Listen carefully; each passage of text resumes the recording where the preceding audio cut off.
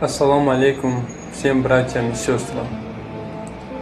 Я не так уж хорошо знаю русский язык, но я постараюсь высказать свое мнение так, чтобы всем было ясно. Обращаюсь к братьям киргизам.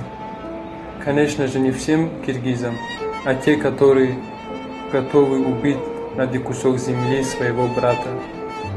Те, которые делают постоянные конфликты. Обращаюсь к вам, братья мои. Это земля наших предков, которую мы никогда в жизни не отдадим. Вы не думаете, что мы просто так отдадим.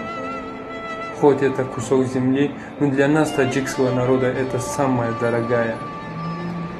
Мы никогда не отдадим свою землю и конфликты тоже не хотим.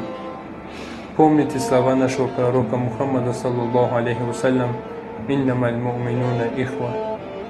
Где бы ни был мусульманин, он считается нашим братом.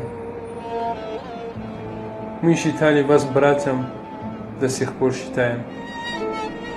Перестаньте свои конфликты, давайте будем жить дружно. Ворух, я с вами, вся страна с вами. Всем ассаламу алейкум.